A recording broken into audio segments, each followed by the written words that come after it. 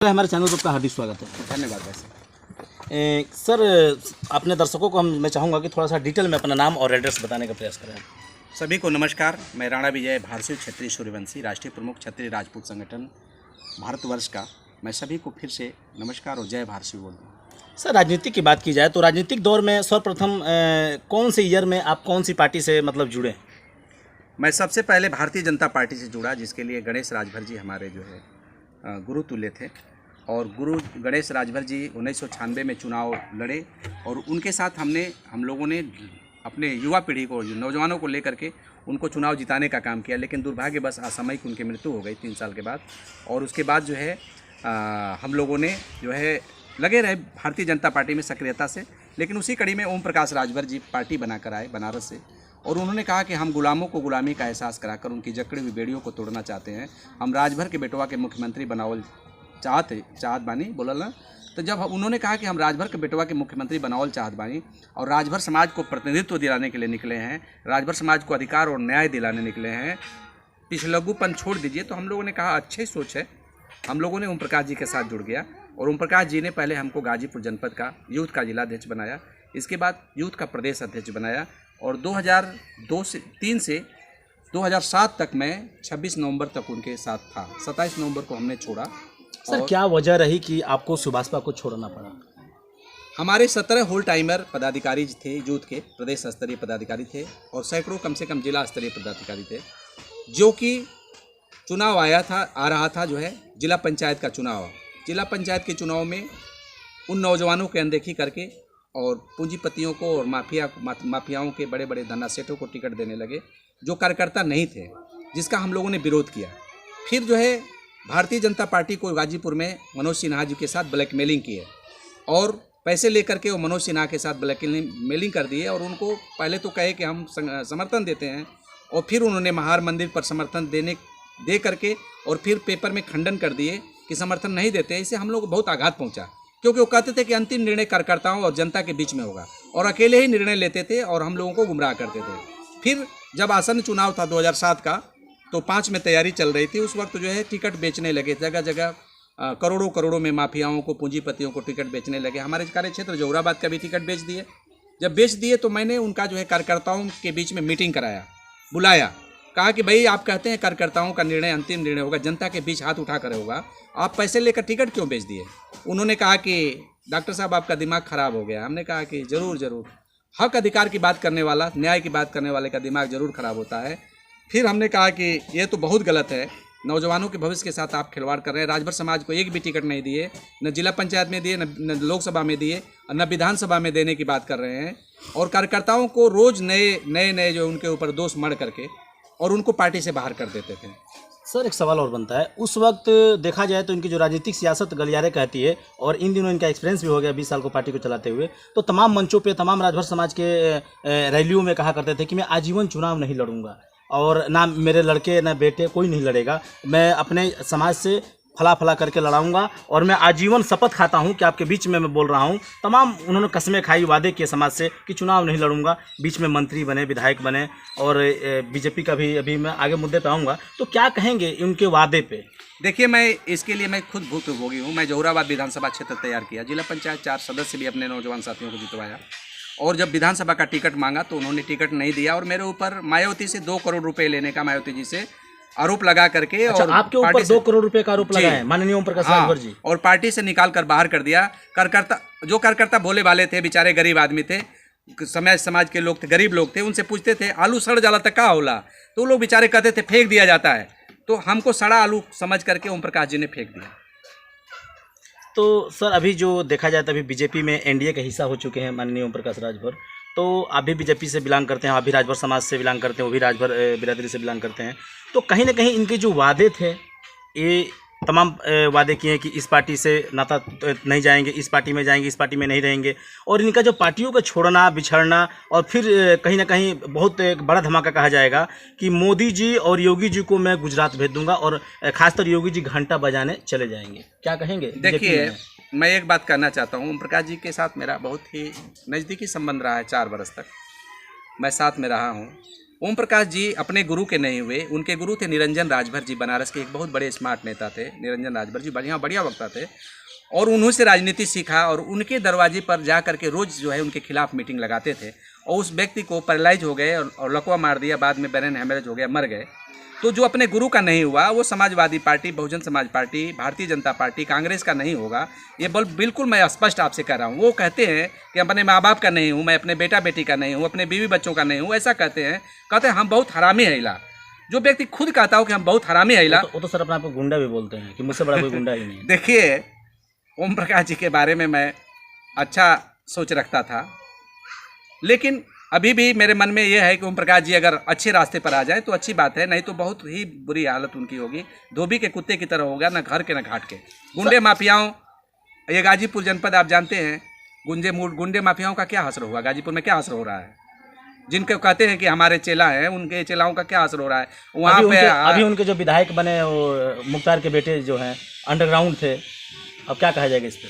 मैं यही कह रहा हूँ कि उनका क्या हस्र हो रहा है, उनके गुरु जो चेले कहते हैं चेले हैं, उनका हस्र क्या हो रहा है, और फिर अतीक का क्या हस्र हुआ, मुख्तार अंसारी और उनके भाइयों का क्या हस्र हुआ, उनके भतीजों का क्या असर हो रहा है, ये सब आप देख रहे हैं। जोगी बाबा, देखिए जोगी बाबा से मैं इसलिए प्रभावित रहता हूँ कि जोगी बाबा वास्तव में एक बहुत ही संघर्षशील, जुझारू और न्यायप्रिय व्यक्ति हैं और बहुत हिम्मती है, क्योंकि वो क्षत्रिय वंश में पैदा हुए हैं, बहुत हिम्मती व्यक्ति हैं। तो जोगी बाबा जो निर्णय ले रहे हैं, हम जोगी बाबा से काफ़ी सहमत हैं। ओम प्रकाश राजभर को जोगी बाबा तो कभी पसंद नहीं किया, मैं देखा। मुद्दे की बात करें तो क्या वजह, क्या बीजेपी कमजोर होती नजर आई पूर्वांचल उत्तर प्रदेश में कि मजबूरी होगी ओम प्रकाश को जो कि बीजेपी में शामिल करना, या फिर ओम प्रकाश की मजबूरी रही उनके यहाँ जाना? ये भी सोशल मीडिया पर वायरल हो रहा है कि जोगी बाबा के जो कि घुटने टेक दिए हैं सामने। ऐसा है कि जोगी बाबा को कहते थे कि हम सरंगी। सर सच्चाई क्या है? बीजेपी की मजबूरी रही है या कि ओम प्रकाश की जरूरी रही है? जोगी बाबा को कहते थे 2017 में अखिलेश जी के साथ खड़ा होकर के, हमारे युवा नेता हैं अखिलेश जी, अच्छा व्यक्ति हैं, उनको कहते थे उनके साथ खड़ा होकर कि जोगी बाबा से भीख मंगवाने की जहाँ ट्रेनिंग दी जाती है गोरखपुर भेज देंगे, सरंगी बजवा देंगे, और मोदी जी को भेज देंगे गुजरात में, जो है जहाँ से आए हैं, तो बनारस में जो जमे हुए हैं गुजरात भेज देंगे। मैं ये पूछता हूँ कि लोकसभा विधानसभा के चुनाव में क्या कर लिए, क्या बिगाड़ लिए? समाजवादी पार्टी की सरकार बन गई, पूर्ण बहुमत से तो भाजपा की सरकार बनी, समाजवादी पार्टी तो बहुमत में नहीं आ पाई। और जो 18 टिकट दिया बेचारे अखिलेश यादव जी ने, उनको 18 टिकट दिए, भाजपा ने तो 17 में 8 ही टिकट दिया था, और उन्होंने 18 टिकट दिए, 18 में से दो टिकट, एक टिकट खुद लड़े, एक टिकट अपने बेटे को, 16 टिकट बेच दिया। और आरोप लगा दिया उल्टे अखिलेश जी पर। अखिलेश जी क्या करते हैं क्या नहीं, हम उनका हिसाब किताब नहीं देना चाहते। हम भारतीय जनता पार्टी के एक एज ए कार्यकर्ता हैं, हम नरेंद्र भाई मोदी जी की नीतियों में, योगी आदित्यनाथ जी की नीतियों में, अमित शाह की नीतियों में भरोसा करते हैं। तो सर नीतियों पे हम जो भरोसा करते हैं, मैं वही सवाल आपसे पूछना चाहता हूँ कि क्या बीजेपी की मजबूरी रही है ओम प्रकाश को लेना?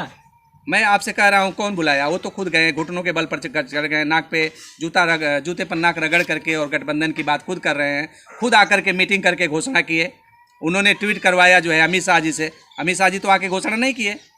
लेकिन ये है कि बड़ी पार्टी है, बड़ा मन है, बड़ा मिजाज है। सोचते होंगे वो लोग कि भाई 2-3% वोट के लिए, अगर 4% वोट पूर्वांचल में राजभर समाज का, 18% वोट है, प्रदेश भर में 4% वोट है, तो 4% वोट के लिए अगर हमारी सरकार चली जाती है, नहीं बनती है, पूर्ण बहुमत में नहीं आती है, तो हो सकता है नुकसान हो। उनकी बड़ी सोच है, बड़ी पार्टी है, बड़ी सोच है, बड़े नेता हैं, हम उनके बारे में कोई कमेंट नहीं करेंगे।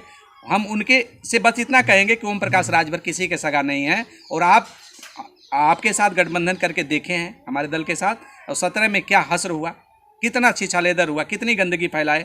अखिलेश जी के साथ गए तो कितनी गंदगी फैलाए, और वही हाल हुआ तमाम और दलों से जो भी गठबंधन किए थे, छोटे बड़े दलों से जाकर बिहार में गठबंधन किए थे, तो कितना किरकिरी हुआ। आप ये किसी के सगा नहीं है।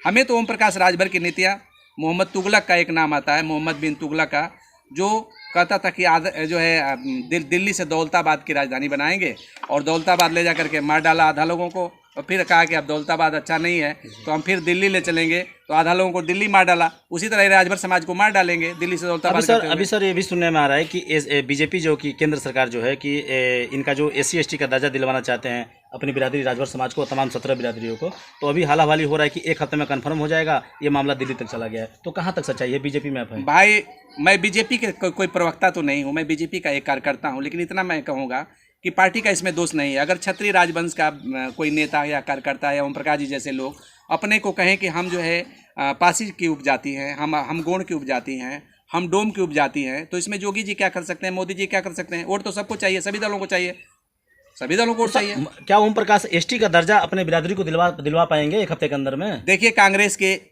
की इंदिरा गांधी, उनके लड़के जो है क्या कहा जाता है, राजीव गांधी, और कांग्रेस के इंदिरा गांधी के पिता जो है पंडित जवाहरलाल नेहरू, और उसके बाद तमाम नरसिंह राव से लेके और तमाम प्रधानमंत्री हुए कांग्रेस पार्टी से, किसी ने तो नहीं दिलवा पाया। और इस भारतीय जनता पार्टी में हमारे माननीय अटल बिहारी वाजपेयी जी प्रधानमंत्री हुए, वो भी तो नहीं दिलवाए। और उनके बाद जो है हमारे प्रधानमंत्री हुए हैं मोदी जी, पिछली बार भी प्रधानमंत्री हुए थे, तभी नहीं मिला। बल्कि योगी आदित्यनाथ जी मुख्यमंत्री जी ने शासनादेश भी जारी कर दिया था, जो जिस पे एसटी लग गया, नहीं हो पाया क्योंकि संवैधानिक नहीं है। आपको देखिए, एसटी के लिए अगर जब पूरा हमारा समाज देश हम लोगों का मीटिंग करके दिल्ली में और मुंबई में मीटिंग करके और एक मत होकर कहे कि हम लोग एसटी की मांग करेंगे, कहा चलो दिल्ली प्रदर्शन करके हम लोगों ने एसटी की मांग किया, संसद भवन में से एसटी जो है कहा कि इसकी आवाज़ को हमारी भारतीय जनता पार्टी पटल पर रखे, हमारी सरकार है। मोदी जी ने 6 विभागों को सर्व किया, गृह मंत्री को हमने दिया था, प्रधानमंत्री को पत्र दिया था, ज्ञान मांग पत्र, और हमने जो है रक्षा मंत्री को दिया था, 3 लोगों को दिया, प्रधानमंत्री को दिया था, प्रधानमंत्री, गृह मंत्री और जो है राष्ट्रपति को दिया था। तो हमारे पत्र पर विचार हुआ, फिर बुलाया गया, बात हुई।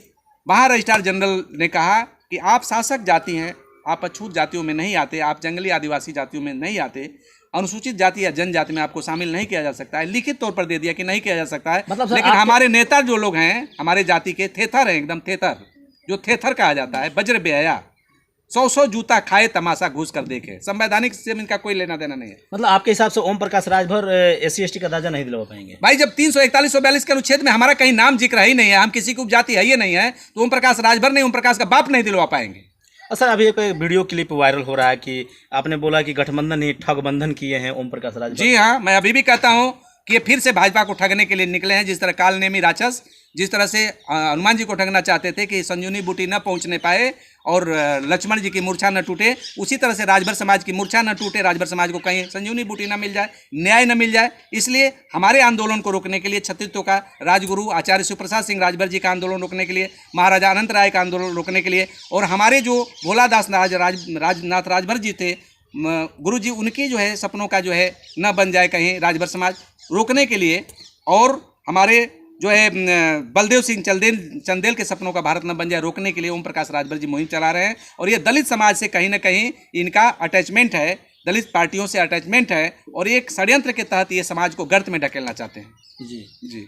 तो सर, देखा जाए तो कहीं ना कहीं ये बताइए हमको पे कि बीजेपी में जितने नेता हैं राजभर समाज के, पूरा प्रदेश की मैं बात करूंगा, जो बीजेपी में कहीं ना कहीं सदस्य रखे हैं अपना जिस पद पे भी, तो ओम प्रकाश के एनडीए में मिल जाने के देखा जाए तो भाई गुड़ागड़ी तो बनी गया है, शामिल हो चुके हैं, सभी लोग देख रहे हैं, और तो इसका आगाज भी हो चुका है। तो क्या तकलीफें हैं कि जितने राजभर बीजेपी में रह रहे हैं उनकी सांसें फूल रही है ओम प्रकाश के एनडीए में आ जाने पे? देखिए, ओम प्रकाश जी भक्षण करते हैं, कार्यकर्ताओं और नेताओं को भक्षण करते हैं, विरोध कर रहे हैं। राजभर समाज के लोग विरोध क्यों करते हैं मैं बता देता हूँ आपको, उदाहरण बता देता हूँ। उन्होंने गठबंधन किया था 2017 में, इनको 8 सीट मिली थी, एक भी सीट राजभर समाज को नहीं दिए। फिर इनको समाजवादी से गठबंधन किए थे, एक भी सीट राजभर समाज को नहीं दिए, 18 सीट मिली थी। और ये सभी राजभर बहुल सीटों पर गठबंधन में की सीट को बेच देते हैं, पूंजीपतियों, गुंडा और माफियाओं को बेच देते हैं। उदाहरण के लिए मैं बताता हूँ, मऊ सदर की सीट राजभर बहुल सीट है और मुख्तार अंसारी के लड़के को बेच दिया। इसके पहले मुख्तार अंसारी को जिताने के लिए यह व्यक्ति 5 करोड़ रुपए लेकर के और अपने रिश्तेदार को हरा दिया, जिसके लिए मोदी जी प्रचार करने आए थे।